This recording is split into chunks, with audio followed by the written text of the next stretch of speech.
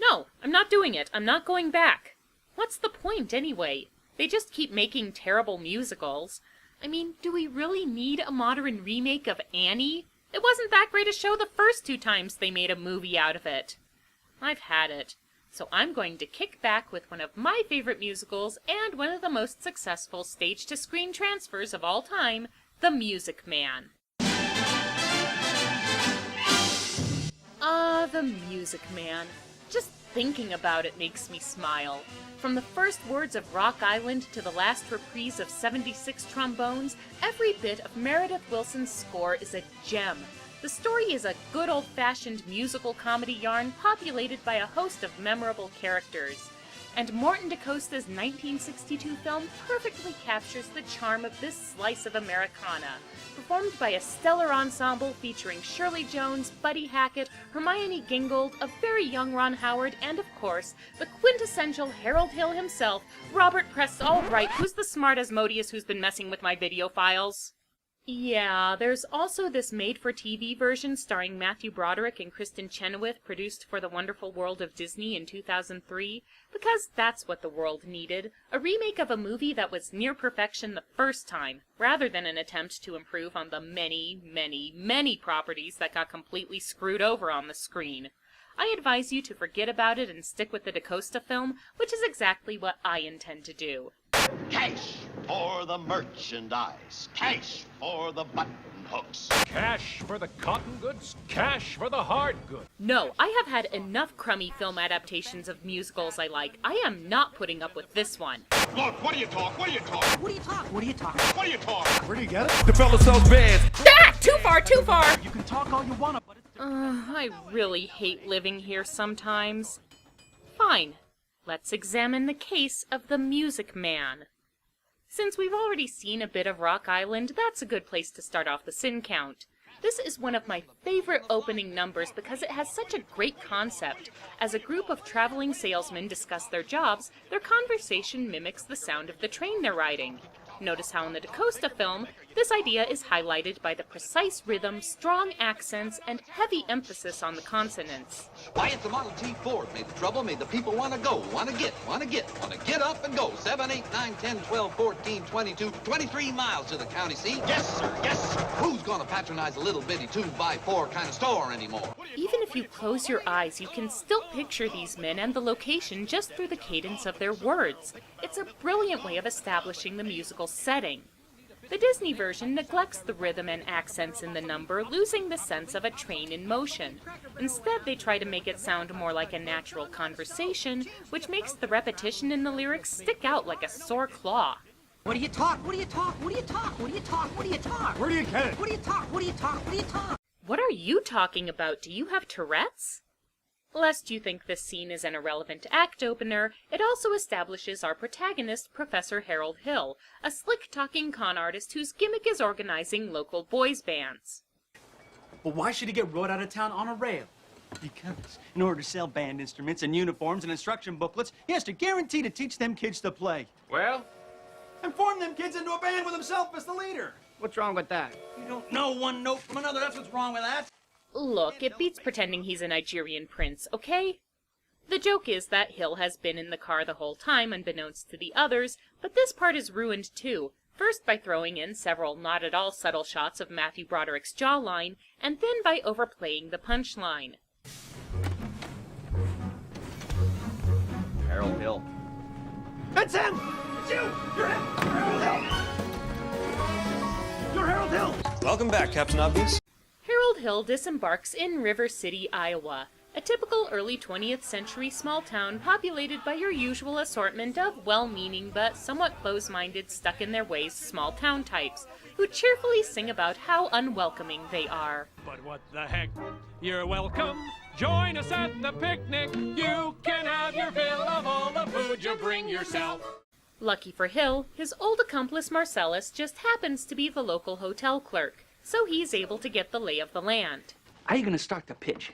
Same old way. Keep that music teacher off balance. And my next step will be to get your town out of the serious trouble it's in. River City isn't in any trouble. Then I'll have to create some. As well as establish Matthew Broderick as sin number 2. I can see why they thought this could work, since Broderick's breakout role was playing a charming con artist. But the laid-back, nice guy attitude that worked for Ferris Bueller is the wrong approach for Harold Hill, who gets people carried away by sweeping them up in his boundless energy. Nowhere is this clearer than his first big number, You Got Trouble, when he gets the River City folk whipped up into a think-of-the-children frenzy over the existence of the town's first pool table. Wilson gives Hill a fiery patter that makes him sound like a cross between a carnival barker and a tent revival preacher. One fine night, they leave the pool hall, heading for the dance at the Armory. Libertine men and scarlet women and ragtime. Shameless music that'll grab your son, your daughter, with the arms of a jungle animal instinct, mass hysteria.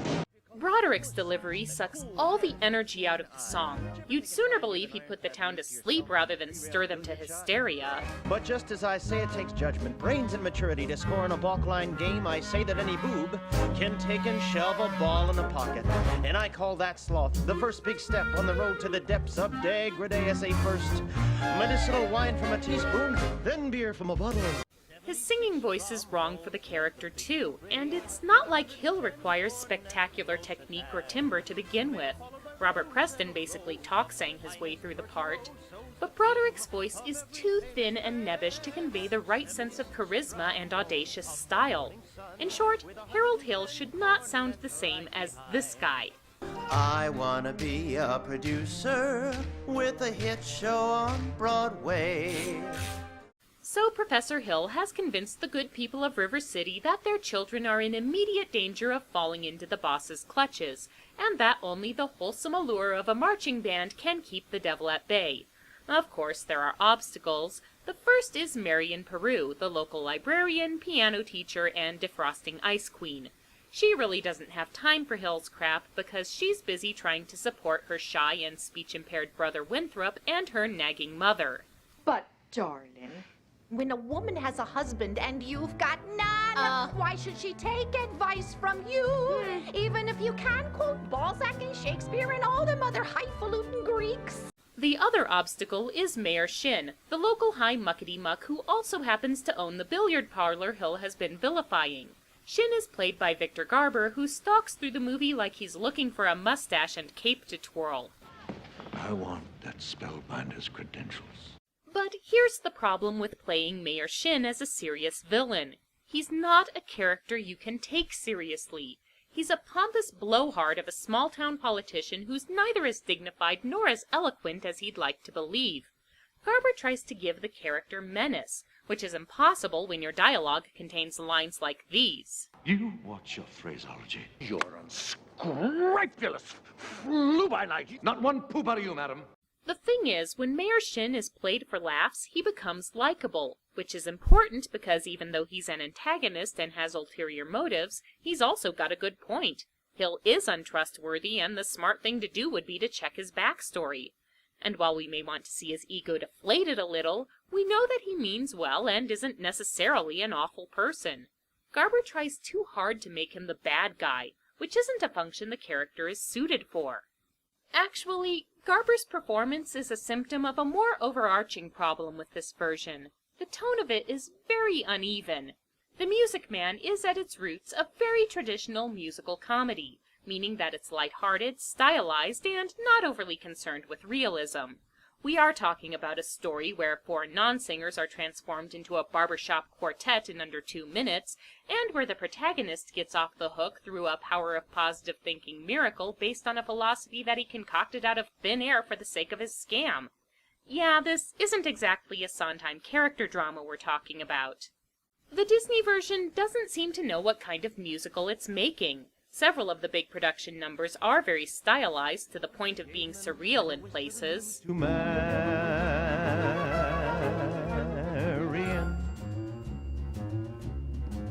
Madam Librarian.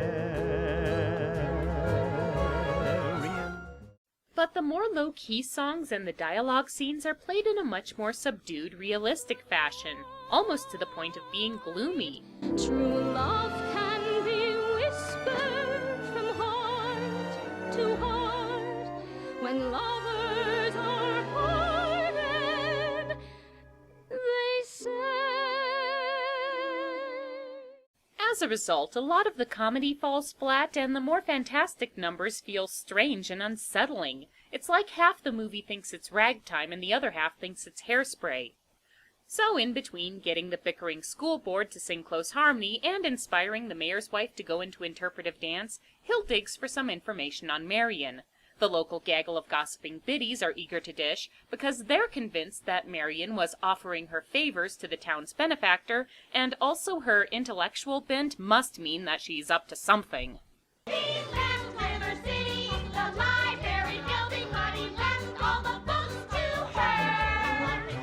Chaucer, Rabelais, Balzac. It's not right for a woman to read. Soon she starts getting ideas and thinking. So naturally, Hill has all the more reason to think he'll succeed when he sets out working his charms on Madam Librarian. No apologies, no explanations, please. I'm only in town a short time, and the sadder but wiser girl for me. I, on the other hand, am convinced of sin number 5. The lead actors don't have a whole lot of chemistry together. Harold and Marion are one of those fictional couples that kind of fall in love in spite of themselves. He's just trying to seduce her so she won't blow the whistle on him, and she has him pegged for a phony pretty much from the moment she lays eyes on him, yet somehow they make a connection. Marion realizes that Hill's presence has made things in town better, especially for her and her brother, and Hill discovers that Marion is a lot more savvy than he'd taken her for, and he admires that. Robert Preston and Shirley Jones played the characters in a way where you believed in their growing attraction and how those feelings changed them. While Kristen Chenoweth does have some nice moments by herself as Marion, as well as an excellent voice for the music, she and Broderick don't play well together. She comes off as brusque and condescending, and he comes off as just creepy. Seriously, you could rescore some of their scenes and turn them into a stalker horror.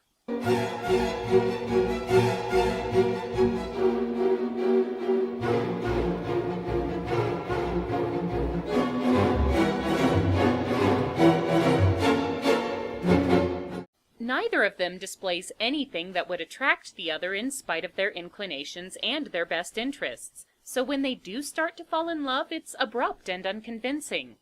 Surprisingly, slightly skeevy and reality-warping flirtation don't have the desired effect on Marion, but Hill makes some inroads by buttering up to Mrs. Peru and Winthrop. A stripe, certainly, my boy. A wide red stripe on each side. What do you think of that? I think I need an adult help! But it's not until the Wells Fargo wagon delivers the band instruments and Winthrop's shy demeanor begins to crack that Marion starts to think, hey, maybe the pervy con artist isn't so bad after all. Sister, is this the most scrumptious solid gold thing you ever saw? I never thought I'd ever see anything so scrumptious as a scrumptious solid gold thing. Oh, I think I liked Winthrop better when he wasn't talking. Everything's going Hill's way now. The town is all agog over the new instruments, and Marion's suddenly gushy all over him. All he needs to do is to keep up the band leader charade for a few more weeks until the band uniforms arrive and he can abscond with his ill-earned profits. Fortunately, he's invented a revolutionary teaching method that just happens to cover his complete lack of musical knowledge. But he never touches the cornet. Yes, well... He says you told him it wasn't necessary. Well... He tells me about some think system. If he thinks the minuet in G, he won't have to bother with the notes. Too bad Hill wasn't born a century later. He could have made a killing in the self-help market. Marion's not doing too bad herself. Hill's attentions have caused the gossiping biddies to act nice to her for a change, and she's so head over heels in love that she's about to Dutch tilt right off the screen. But alas and alack, a traveling salesman from the beginning of the movie has Chekhov gunned his way back into the plot, and although Marion is able to stall him from exposing Hill's charade, he's able to plant a few seeds of doubt in her heart. Who do you think you're protecting? That guy's got a different girl in every county in Illinois, and he's taken away from every one of them. And that's 102 counties. That's not counting the little piano teachers like you that he cozies up to just to keep their mouths shut. This causes Marion to abruptly swing back into giving Hill the cold shoulder again, but she ends up giving him the benefit of the doubt because,